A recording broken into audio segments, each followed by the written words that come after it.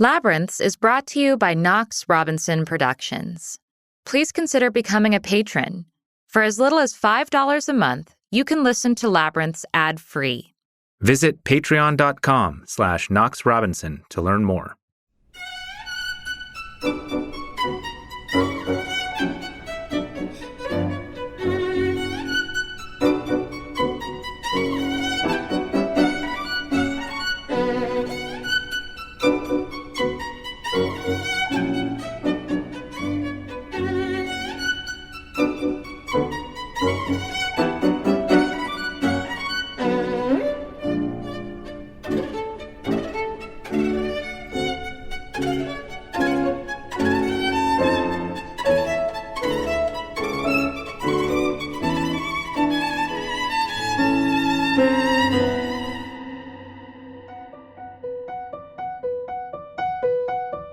Feeling lost?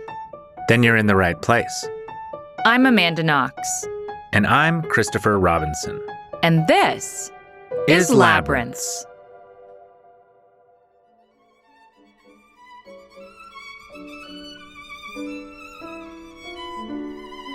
That was Maya Shankar playing La Campanella by Paganini. She was 13 years old at the time. I don't think I was that talented at anything by age 13. Violin was the centerpiece of my childhood. So from the time I was 6, I was absolutely infatuated by the instrument and was hoping to become a professional. So when I was 9, I started studying at the Juilliard School of Music in New York. And then when I was a teenager, Itzhak Perlman asked me to be his private violin student. And for me, that was an incredible vote of confidence because when you're in these kinds of really competitive settings, you naturally feel profound imposter syndrome. And so when my violin idol, and arguably the best violinist in the world, said, "You might have what it takes," then I felt like, okay, I'm going to double down on this and actually try to go pro. It's hard to overstate just how much a part of my identity the violin was. I mean, to this day, if you look at my body, my right shoulder is slightly elevated compared to my left because of all the years that I spent playing the violin, and my spine is slightly curved. You know, my body literally grew around the ergonomics of the instruments. The violin felt like an extension of my body. But that would all change one fateful day when Maya was 15 years old. I remember this moment very well. It was early in the morning.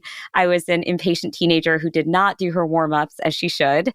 So I overstretched my finger on a single note and I heard a popping sound. And I knew something was wrong, but I just tried to ignore the pain. And for those who are listening who are like, you injured yourself playing the violin, I'm a testament to the fact that classical musicians are also extreme sport players. As much as Maya can joke now, that small pop in her finger was no laughing matter. Eventually, I kind of just had to surrender because the doctors were telling me, sorry, kid, your career's over, certainly as an elite player. And then it got very complicated fast when they were like, actually, you have to stop playing entirely.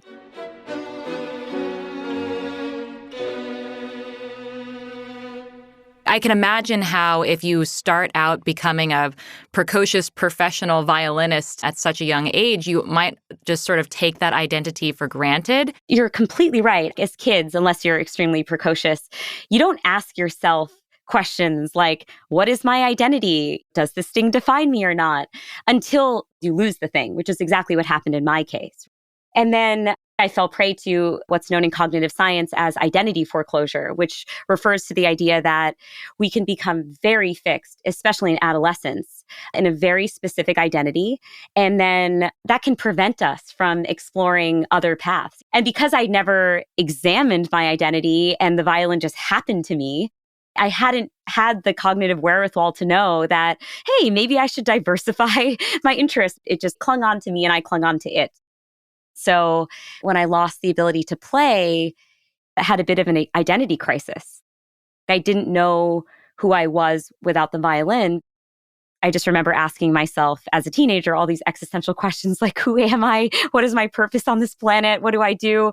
It was around then that Maya stumbled into something that would shape her life for years to come. If you'd asked me as a kid, Maya, do you dream of being a cognitive scientist? I would have said no, primarily because I didn't even know that was a thing. And then I discovered an old course book from my sister. It was a book that she had read in college, and it was in my parents' basement by Steven Pinker, and it was called The Language Instinct. And it basically mapped out our incredible ability to understand and produce language. When the author pulled the curtain back and revealed the incredibly complex cognitive machinery that's operating in order to give rise to this ability, I just felt in awe of this organ, our minds, right? And you start thinking, how could I have taken this for granted? Because you think about the fact that you guys have this beautiful, adorable young baby, but as she grows older, you're not going to sit her down for grammar class every morning. Like, hey, let me teach you what a gerund is. Well, we might, but we're outliers. Yeah. Instead, Eureka's going to take in a stream of auditory information in the form of you speaking, and there's nothing that demarcates one word from the next, right? And then she might hear multiple languages and effortlessly pick those up. And so, of course, it's remarkable that we have this ability. And again, it was just only in reading this book that I really appreciated what's behind this. And then that led me to ask all sorts of other questions like, well, what's behind really complex decision making? What's behind all the heuristics that we use, the shortcuts that we use in everyday life just to get around in this world in a way that doesn't completely overwhelm us? So I just became fascinated by language acquisition. And then when I got to college and discovered that there was a cognitive science program, which was actually pretty rare at the time. So I was taking classes in philosophy, neuroscience, psychology, linguistics, computer science, biology. And basically you ask a fundamental question about the mind, but then you're approaching it from this multidisciplinary perspective. I lit up with all these big questions like, how do we perceive objects? I studied visual perception and I worked with non-human primates and humans alike and was just allowed to ask all these fascinating questions about how our minds work. It sounds like that was your path out of feeling lost in the wake of this injury. How long was that period from the moment you injured your finger until you realized you had a new passion and something to devote yourself to? That's a great question, Chris. The feeling of being lost persisted for years.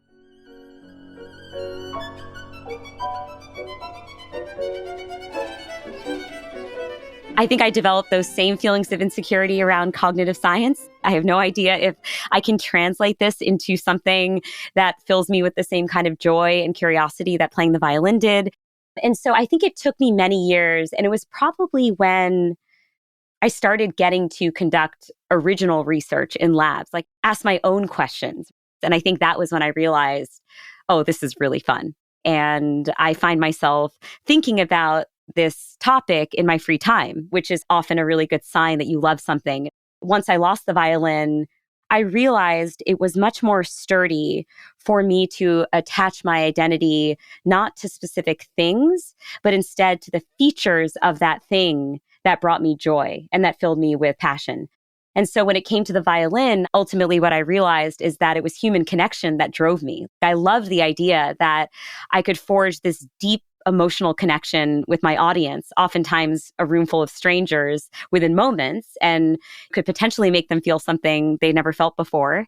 And realizing, okay, that's what makes me tick. I love understanding what it is that gives rise to human connection. I love understanding what it is that motivates people and what makes them tick and how they bond with one another. And so that was the intentionality that I brought to the cognitive science piece, which is, this is a vehicle for me to explore this underlying passion I have, which is human emotional states and connection and what drives us. And so even though I have worked in public policy in the Obama White House and worked at the UN, and now I have this podcast, A Slight Change of Plans, there is this through line, which is a desire to forge this kind of emotional bond with other people that has persisted. And I don't know if either of you have found that when you've departed from one thing, which is, there's this underlying trait that I really enjoy. You know, actually, I was thinking about my own early trajectory in relation to yours. I was a computer nerd kid growing up, spent a lot of time in my basement room building my own computers and playing around on the early internet. And it just seemed inevitable that I was going to be a programmer. And after a couple of years, I burned out because something wasn't resonating for me I think what I realized is that I thought that that world was going to offer me opportunities to exercise my creative muscles in a way that it didn't. I spent a lot of time doing rote work programming. There's definitely creativity to it, but it takes a long time to see any measurable result. And maybe I just wanted more immediate fulfillment. You can write a line of a poem and it can be beautiful and it can be a terrible poem, but that one line is still good. Whereas if the program doesn't compile, you have nothing. Your case was one of more of a internal existential crisis where you thought you were committing to something and it was the wrong thing to commit to. I was thinking of this after watching a Community episode where they were talking about commitment. I think Jeff Winger was saying something along the lines of commitment is scary because we're afraid that we might be committing to the wrong thing. You know what? One of the first serious girlfriends I had, the thing that broke that relationship in my mind was this notion of like, well, I wouldn't just buy the first car that I ever test drove, I would shop around. And it seems kind of heartless, but it's I think it's really true. You need to have some measure of what's out there in order to know if your decision is a good one. I'm interested to know this actually from what your research, Maya. Why is Chris, at that moment in his life, someone who has the exploratory mindset, that curiosity, that sense of like detachment from his identity with the thing that he is studying or pursuing?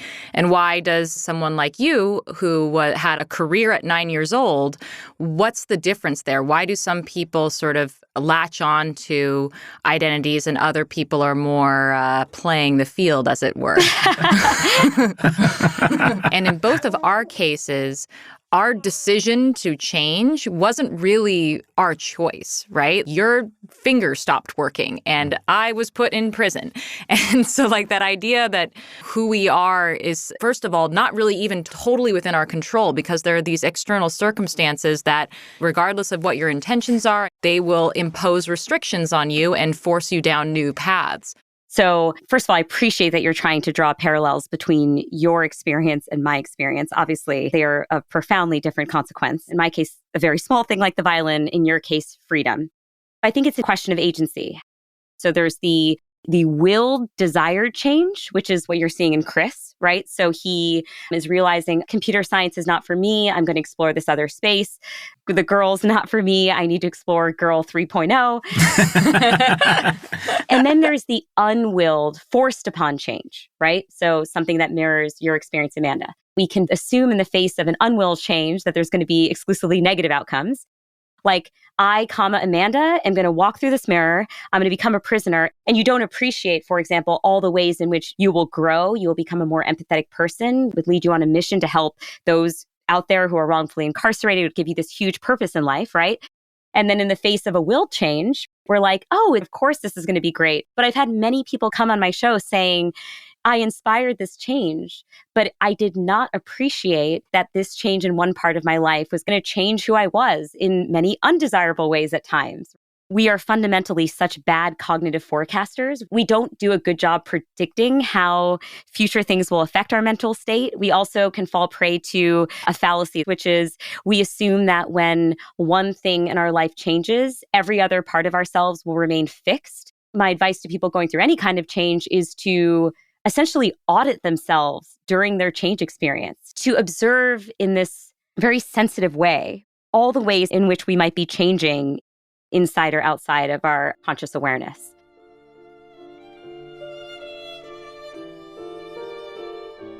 I just have one more question about the violin, which is, was sadness a big part of your experience of losing that? And did that persist? Does any thread of sadness still persist for you when you think about the violin and the world of the violin?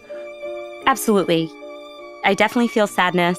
I can hear other instruments in performance with some ease, like a clarinet concerto, but my heart aches when I hear a violin performance, especially when they're playing any piece that I felt an emotional connection to. I feel nostalgic, lusting after the experience that I had. Actually, just last night, my 3 nieces were over. They're quite young, and my brother and his wife were like, hey, do you want to hear Auntie Maya play the violin? So we pulled up all these old recordings from childhood. And I'm watching myself And it's very bizarre. It's almost like I'm watching a different person altogether. But you could just see that I was entering these flow states. I don't know. I probably romanticize it, but I definitely feel sadness. I definitely have some pause when it comes to buying a concert ticket, even for my favorite musicians. And I think there's an acceptance there that there'll always be a twinge of sadness.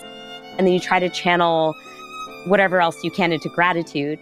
And in my case, there's a profound gift in childhood of being handed something that you fall in love with, that fills you with a singular kind of focus that I think is otherwise hard to find when you're a kid and you're distracted by lots of different things.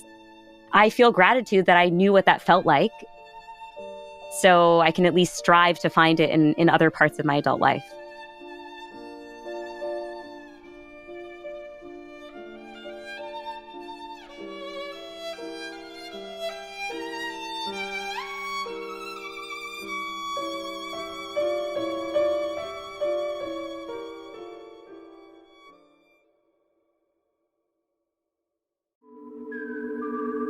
We could give you lots of reasons to support Labyrinths on Patreon, including ad-free episodes and exclusive patron-only content.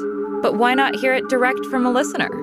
My name is Henry, and I've been a supporter of the Labyrinths podcast for some time. I can totally relate to the concept of feeling lost, and I think the stories have helped me tremendously getting through these last couple of years, and I think they would help others as well. Visit patreon.com/Knox Robinson.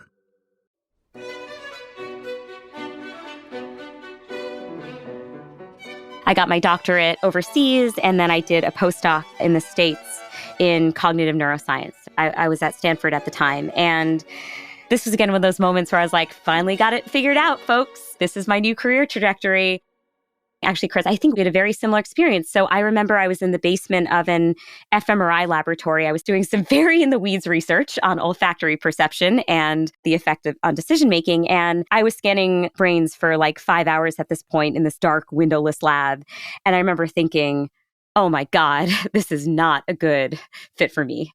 I'm a really social person. I love working on teams. There's this person in the scanner whose amygdala I'm looking at, and I don't know anything about him. And I just felt the order of operations was off. One of the joys of playing the violin is that you do get that immediate feedback, but there is an input-output model that is temporally constrained, unlike basic research where you like put in a ton of work and then like maybe 2 years later you publish a paper. And I just knew I didn't have the right temperament for that sort of thing. So I ended up calling my undergrad advisor.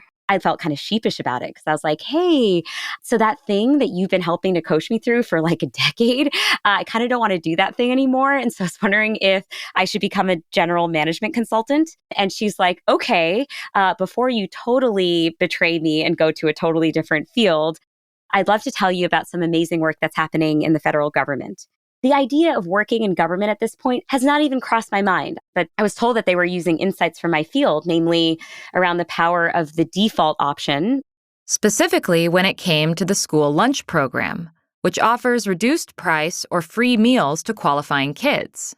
And basically what was happening is that the program was available to millions of families, but because there was a stigma associated with signing up for the program, and because the form was extremely burdensome. Imagine a single mom who's working 3 shifts to make ends meet, and then we're asking her to fill out a form and reference multiple tax documents and get it to the post office on a certain day, whereas during working hours.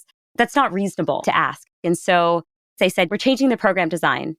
If your kid is eligible, you are automatically enrolled in the program. And now parents only have to take an affirmative step if they want to actively unenroll their kids from the program. And as a result of this tweak, which is rooted in behavioral economics and which has been used to good effect in the space of retirement savings and organ donation and whatnot, 12.5 million more kids were now eating lunch at school every day. And so that was a profoundly emotional example for me. And I realized I think I want to translate insights from my field into changes in public policy. Like that felt like a wonderful way to get out of the dark windowless lab, but also use my skill set and expertise that I had been accumulating for years at this point. So I ended up sending a cold email to a former Obama advisor and was basically just like, hey, I'm Maya. You've never heard of my research and I have no public policy experience, but it would be awesome if you connected me with some folks in state or local government. I was too nervous, by the way, to ask for an actual White House job because that just felt like so above what I was capable of. And this guy, so generous, wrote back within moments and said, "Sure, I'm connecting you with President Obama's science advisor." Wow. And within a few days, I was interviewing with them and I pitched them on the idea of creating a novel position, namely one that worked at the intersection of behavioral science and public policy. Well, when we're designing public policies, we've got program experts who understand how to make nutritious meals for kids. We have program administrators who understand, what should be the eligibility criteria and what state should be involved. But we don't have behavioral scientists at the table making sure that we've identified behavioral barriers that could prevent kids from benefiting from the program, making sure that our best understanding of human behavior is reflected in the implementation of these programs. And the reason that I'm so fascinated by behavioral science and cognitive science is that it reveals that there are some very surprising factors that can influence our judgments.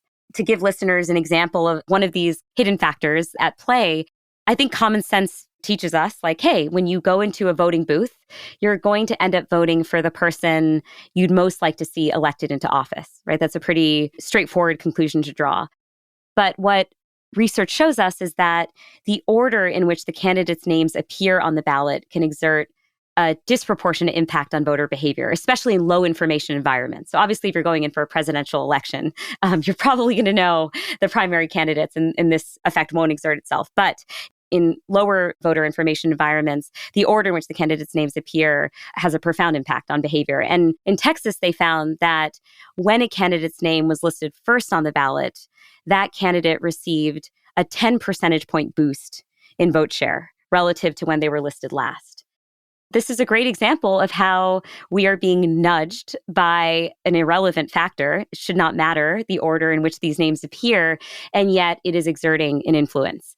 And so the policy design solution to this is, well, we should randomize the order in which the candidates' names appear across ballots, which is what a lot of states have done. The power of behavioral science has also been helpful in fighting the opioid epidemic. So we've talked right now about changing a program from an opt-in to an opt-out. Well, there's a lot of cases where there's a default setting, which is suboptimal. So let's take over prescriptions of opioids as being one potential problem. So Chris, you've just had a major injury. You were working out too much. You dropped a dumbbell on something. And then you go to the doctor and you're like, I have such acute pain. Give me the prescription, right? Mm-hmm.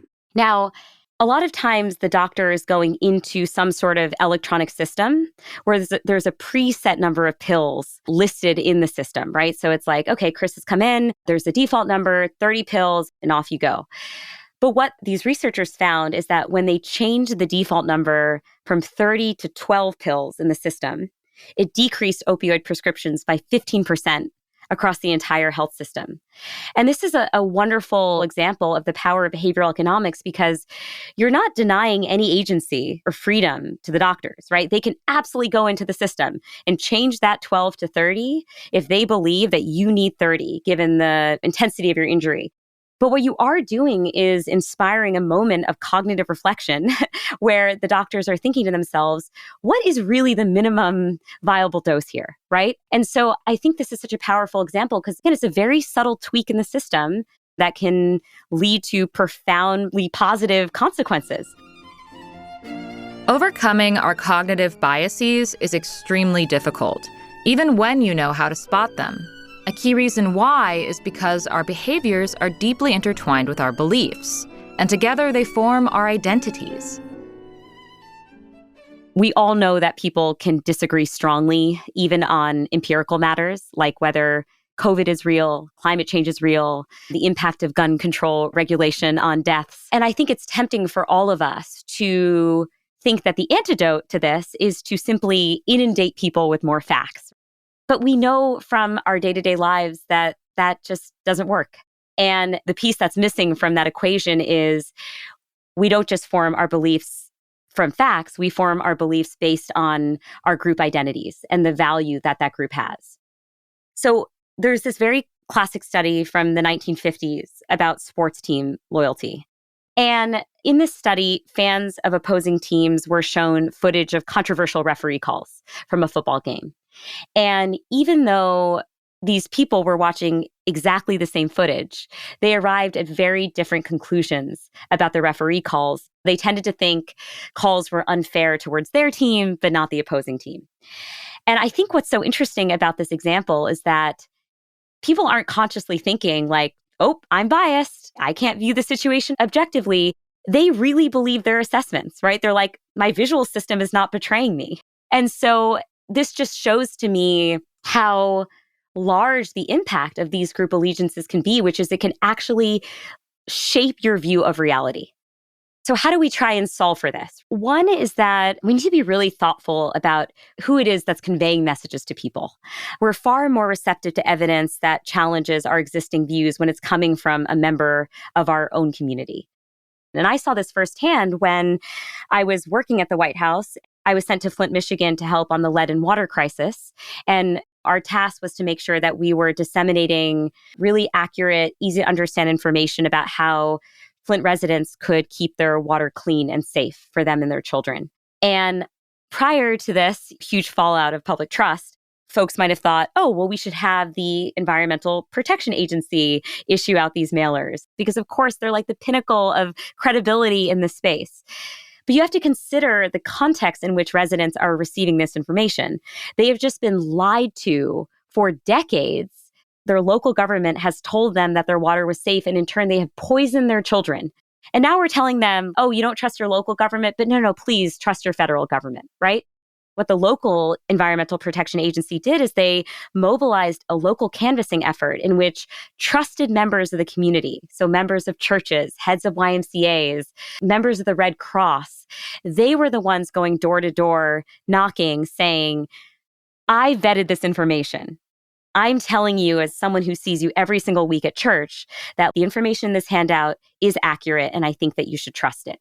And that was a much more effective means of trying to get people to actually absorb new information. It is an exceedingly humbling space to work in cognitive science because you are so quickly confronted with the limits of not just our understanding of the mind, but just how rigid the mind is. This was evolutionarily a very adaptive trait. The fact that we have all these heuristics and shortcuts we use do allow us to navigate the world in a much more productive way because we do not feel overwhelmed by choices all the time. We do not feel like we have to take in every single piece of incoming sensory information and assess it. Instead, we just get these snapshots of the world around us and we process it in a way that's efficient. But that can, of course, lead to maladaptive consequences, like we saw in Amanda's case. We talked about some of the cognitive biases that affected my wrongful conviction way back in episode 4 of Labyrinths, featuring Malcolm Gladwell. It's a subject that touches on pretty much everything we do. As John Ronson said, once I learned about confirmation bias, I started seeing it everywhere. Seeing as how we had an actual cognitive scientist on the line, we thought we'd pick her brain about what happened in my case.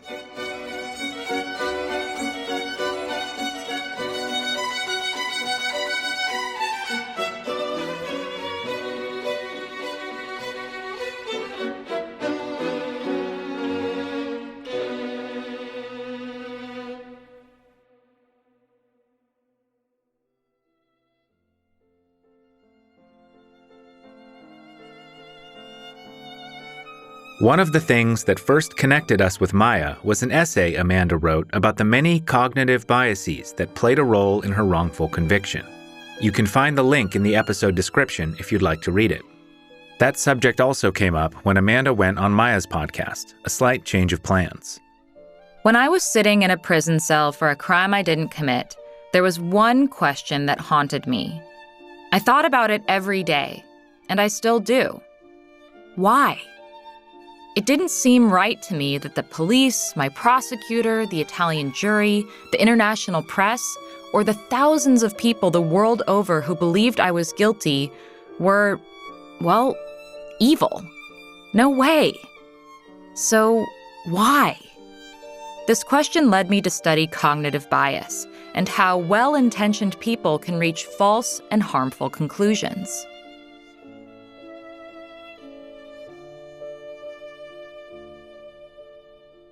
I remember in our conversation, Amanda, I just felt myself getting enraged at your prosecutor. You showed a lot more poise and grace towards him than even I was willing to show.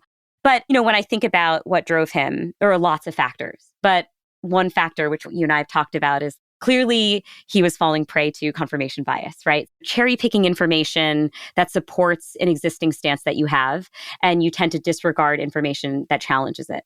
So he had decided early on the stakes were super high in the situation. He needed to find the suspect. There was an international media frenzy around this, right? So the faster that he could identify who the culprit was, the better it would be for his reputation, and he could be proclaimed an Italian hero. Now, what I think is relevant in the particular case of your prosecutor is that this seems to be even more at play when the person of relevance is in a position of power. And that's because they do need to do things like save face and establish their status. We can fall prey to a bias called the escalation of commitment. This is related to confirmation bias, but it refers to our tendency to remain committed to our past behaviors, however irrational they may be, in order to justify previous decisions or beliefs that we have, right? At a certain point, it wasn't appropriate for him anymore to jettison his beliefs. Sounds like the sunk cost fallacy. I was going to suggest that perhaps there's a sort of layered on additional bias here in which people are not great at assessing their own reputational damage costs for certain actions. People usually assume that admitting fault and saying they were wrong, I screwed up big time, is going to damage their reputation. But I think a lot of the time, that personally makes me think highly of somebody. Yeah, there's research showing that. We can understate how valuable it is to concede when we're wrong and how that can be a big credibility boost. So this is related to what's called Bayes' theorem. It's about assessing the probability of an event based on prior knowledge of related conditions. So I think the question that people were asking themselves about your case, Amanda, was, given that Amanda is a murderer, what's the likelihood she would have exhibited these behaviors like kissing her boyfriend and doing cartwheels and whatnot? It makes so much sense. But actually, the relevant question is actually the reverse question, which is, given that Amanda engaged in these activities, what are the chances she's actually the murderer? So when you ask the question that way, you realize that, in fact, there are a ton of innocent people out there who, given the stress of a deeply traumatic event, would have acted in the particular way you acted or in a slew of other unusual, idiosyncratic ways. And so Bayes' theorem basically says the probability of A given B is not the same as the probability of B given A. So it's important to make sure that you're assessing the right conditional probability. But even that is mediated by selection bias, right? Are those behaviors actually representative of Amanda's set of behaviors? Absolutely. And it turns out, no, they're not. Yeah. There's memory distortion, there's media selection distortion. Nobody recorded and published endlessly the moments of her looking tired or exhausted or sad, because those are not interesting, notable moments, right? Yeah, and find me someone who acts in a way that's representative of themselves in a acutely traumatized state. Find me anyone who's just like, yep, that's exactly how I am. It's like, no, of course, it leads to very bizarre distortions in our presentation because we are traumatized, right? And we are in shock. I think of it like someone takes a photo of you when you're yawning, and then they say, look at this person. They're always walking around with their mouth wide open. And it's like, you just happened to look when I was yawning. Amanda does a yoga stretch after 50 hours in a police station where she's sitting in a chair being interrogated through the night. And someone reports that, oh, she was stretching in this weird way. And that gets turned into a cartwheel. And, yeah, she stretched once. So what? Yeah, humans need to stretch at times. The thing that I find most frustrating is that Amanda's been trying to put her humanity out there ever since she got home in various ways, from writing the book to doing her show, The Scarlet Letter Reports, now to the podcast, to the many pieces of journalism that she's written. And one of the things that I've witnessed from the sidelines is that the people who are committed to a worldview in which Amanda is this monster are very hesitant to even look at something that attempts to humanize her. What do you do in a scenario like that where somebody's worldview seems right at the front, guarding them from even being exposed to information that might challenge it? Yeah, so I think this is where the messenger comes in, certainly.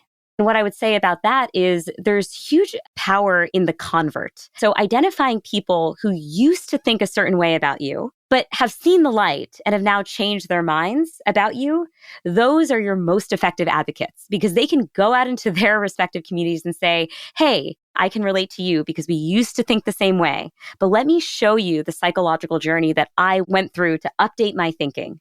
And the Department of Homeland Security is using this technique all the time. They combat terrorist recruitment by using former terrorists. Right. In the wrongful conviction community or the innocence community, the most powerful allies that any of these professional scientists and criminal defense attorneys can have are former law enforcement or former prosecutors. Right. So when you find that advocate, having them share the article with the person is going to make a big difference. But it's also about figuring out who's considered an authority figure to the person of interest. We know that we as humans assign greater accuracy to the opinions of an authority figure. We're far more influenced by them for better or worse. And I think in the case of Amanda, the people who were assessing your case was a very bad thing that happened because certainly for me growing up, I had so much deference towards government institutions. I'm like, oh, wow, the CDC said this, or like, oh, the World Health Organization said this. And then at some point you realize, oh, these are just people. Mm-hmm. People comprise these institutions and they're all fallible and they all fall prey to their own sets of cognitive biases. And so people were probably being deferential to the judge and the prosecutor and all these other high-ranking officials in the court systems, not realizing that they're also just humans like the rest of us who are flawed in their own ways. But Chris, the upside of the authority figure is that if you can figure out who does carry authority within a social group, people will be most impressionable when the information is coming from those sources. There's going to be a constituency whose minds you will never change. One of the profound things that Amanda shared with me on a slight change of plans is when she said, I realized that in order for me to have a healthy, satisfying, fulfilling life, it's actually not necessary that I convince every single person out there that I'm innocent. It made a huge impression on me because essentially what you need to ask yourself is, what are the necessary conditions for my own happiness? And if I can eliminate some of those conditions, like the impossible task of convincing every single person out there to believe that I'm telling the truth, then all of a sudden the burden is eased slightly and you can focus your efforts instead on helping other people who have been wrongfully convicted, or on just spending time with your daughter or mushroom hunting, which I know is a passion of Amanda's. Yeah, are there any other big cognitive biases that jump out at you as having played important roles in that miscarriage of justice? Maybe the final one that I would want to share is around the impact of the labels that we assign to others and that we assign to ourselves. This comes from a space in cognitive science called social identity priming. It basically says that we will act in ways that align with the identities that we hold. And similar to most behavioral principles, this can have positive impacts, it can have negative impacts. So positive impacts, we find that when we remind people that they voted in previous elections, that they're voters, that that's their identity, more likely to show up to vote the next year. When you remind donors of the Red Cross that they have a history of being donors, that they are charitable individuals, they're much more likely to not only donate in following fundraising drives, but are actually more likely to donate more money. They actually become more charitable. It's not what you've done, but who you are. Who you are, exactly. Now, the downside is that when you assign people labels that are not consonant with the people that they aspire to be, those labels can really hold them back. And I also saw this to be the case when I was working in government. We were helping design reentry guides for people who had been formerly incarcerated. Amanda, as you might be acutely aware of, the transition from prison life to civilian life can be a very jarring one associated with all kinds of psychological obstacles and also just practical ones like, I need to get a driver's license. I need to get a social security card. I need to make sure I have health care, right? And so we were designing these guides and noticing that there was harmful language that was being used in the guides, referring to people as ex-prisoners, ex-convicts. Like, that is not productive. That's not going to help them assimilate back into their communities. So we changed the language to forward-looking identity labels like community members, job seekers, returning citizens. That is the kind of forward-looking language that will help people stay aligned with their own goals for themselves, right?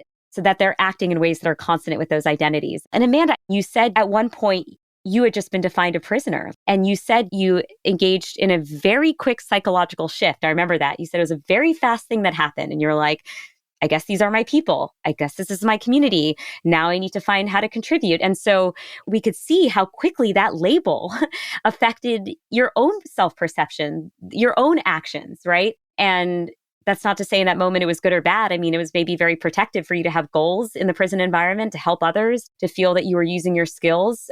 But it at least shows how much these social identities can penetrate.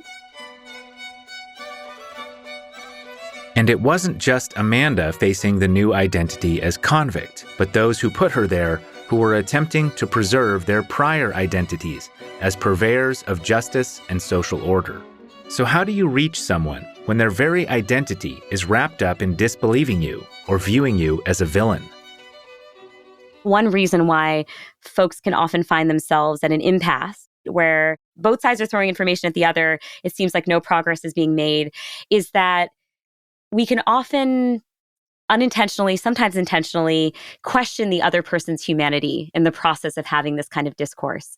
And as satisfying as that feels on an emotional level, because you just want to tell them, how could you possibly think this about me? Like, I, Amanda, am innocent. You feel exasperated. It can backfire. Right. I interviewed Megan Phelps Roper. She was part of the Westboro Baptist Church, which is often considered, one of America's greatest hate groups. And she was one of their most ardent vocal advocates and supporters. And people started engaging with her on Twitter in a very non-confrontational way. They tried not to question her fundamental humanity. They tried to ground arguments in ways that affirmed her moral values rather than threaten them. This is the notion of moral reframing. So rather than saying, Megan, what you think is absolutely completely crazy, you say, hey, I'm going to take some of your values as fixed and I'm going to try to reframe my arguments in ways that align with those values, but still show you the light. And then similarly, I would say it's almost just as important in a case like Amanda's to remind people of Amanda's humanity. Because as you've mentioned, you have this doppelganger walking around who's not even you, this person that people are spewing hate and vitriol towards who doesn't even exist, and reminding people, you also come from a loving family. Like, you have a lot of people in your life who care for you. You share a lot of the same values with some of your greatest skeptics and detractors, right? You're a mother now, right? You're a loving wife. And so sometimes, again, our cognitive bias is to just create the shell of a human being, assume that they have some sort of essential qualities that are immutable, and we just fail to update on the shared humanity piece of things. I know what it feels like to have others completely fail to see my humanity, and that's motivated me to try as hard as I can to see the humanity in others, even when we deeply disagree on something, and even when they've dehumanized me. But practically, how can you convey all that? There are some techniques coming out of the motivational interviewing space that can actually help reaffirm people's sense of humanity while you're having this kind of discourse. One is you try and increase your question to statement ratio. So rather than talking at the person a lot, you show genuine curiosity for the person's views and why it is that they might have arrived at those views. So instead of saying like, Amanda, you think this, Amanda, you think that, I'm saying, Amanda, why is it that you think this way? Did your mom teach this to you when you were growing up? You make sure that it's coming from a place of curiosity. Another thing that you can do is to restate in your own words what the other person has just said to you to show that you're hearing them. So that can often remind them that you're an observant listener because you do value what they're sharing with you. One question that can really make a big difference in terms of the humanity piece is saying, hey, what in theory could change your mind? What evidence could convince you to think differently? And then you're helping to recruit their own sense of agency. A lot of people will actually say, oh, I think if this or that, right? And that at least allows for a space in which it feels like there's more of an exchange of ideas. Yeah, I like that recipe a lot. It reminds me of did Amanda share with you the tattoo that we have about our own recipe for productive conversations? I didn't know that you have tattoos. Oh, yeah. Yeah, we both have this tattoo on our forearm. It's a set of symbols. The first one is a Venn diagram, which represents finding common ground as the first step in any sort of conversation. I love that. Express your shared values, all that. The second symbol is a helmet for Steelman, because we always want to make sure that we are presenting back the other person's position to them in such a way that they would say, wow, thank you for phrasing that so eloquently. That's exactly what I believe. A heart for having compassion for whatever their view is and how they arrived at it. And then a delta symbol for being willing to change ourselves. Because if you walk into some conversation unwilling to alter your own opinion, well, the other person's going to meet you with something similar, right? So as much as we're committed to that, I still worry that I'm maybe not as optimistic about it as you sound right now. I'm not that optimistic about it. Don't worry. It's a very hard thing to do. Well, first of all, you have absolutely warmed a cognitive scientist's heart with your tattoos. So thank you for making my day. I will also say that my husband, Jimmy, and I have tried to elevate admitting that you're wrong and changing your mind to like this privileged status in the house. So every time one of us admits we're wrong, they get a huge pat on the back and they're showered with praise. So we really try to incentivize changing your mind as a core trait that we admire and respect in the other person. I would say that changing minds is one of the most intractable problems that exists within the field of cognitive science, behavioral science, like by a mile. The reason that I'm optimistic is only because at least we're starting to scratch the surface. At least we're starting to understand some of the underlying causes, that there are certain techniques that are evidence-based that people are putting into practice and that seem to be working. They are not foolproof. They will not work in lots of situations, but it's giving us some food for thought in the way of how we approach the proverbial Thanksgiving dinner. Even if changing others' minds, separating their beliefs from their personal and tribal identities, is an exceedingly difficult problem, learning to spot the cognitive biases that shape our beliefs also changes us. It not only makes us better thinkers, but it can make us kinder. Studying the human mind, in my experience, has been the greatest empathy builder. It gives me an appreciation for why it is that people seem unresponsive to facts and empirical evidence. It makes me appreciate why it is that people might have views that I very strongly disagree with and find harmful, because understanding why it is that they arrived at these views can at least make you believe that there's a potential way to unwind those factors and dampen some of the forces that have led them to believe these things. Man, can you imagine if everyone studied cognitive bias in school? I might be suffering from the optimism bias, but that sounds like a great idea. If you want to hear more from Maya Shankar, check out her podcast, A Slight Change of Plans. Next time, Amanda meets one of her literal doppelgangers. What could that mean? Stay tuned to find out. In the meantime, get lost with us. Find us on Twitter @AmandaKnox. @ManUnderBridge. And why not give in to the sunk cost fallacy? You've devoted so much time listening to Labyrinths, that's got to be worth 5 stars. This episode was written, edited, and sound designed by us, with additional editing by Eric Carbonara and theme music by Josh Budo Karp. Baby makes everything harder. I mean, totally. I was like, I can't believe they even have podcast interviews scheduled with a child at home. So consider me impressed long term. Yeah, I might have to step out if she makes too much noise. Well, I'll take her if she gets upset. Right. Yeah. No. Well, I hope I'm not too distracted because your little one is extremely cute. And they're not always cute. Like, there are some very not cute babies. Yeah. And so, yeah, Eureka's like 99th percentile, I would say. Oh, well, thank you.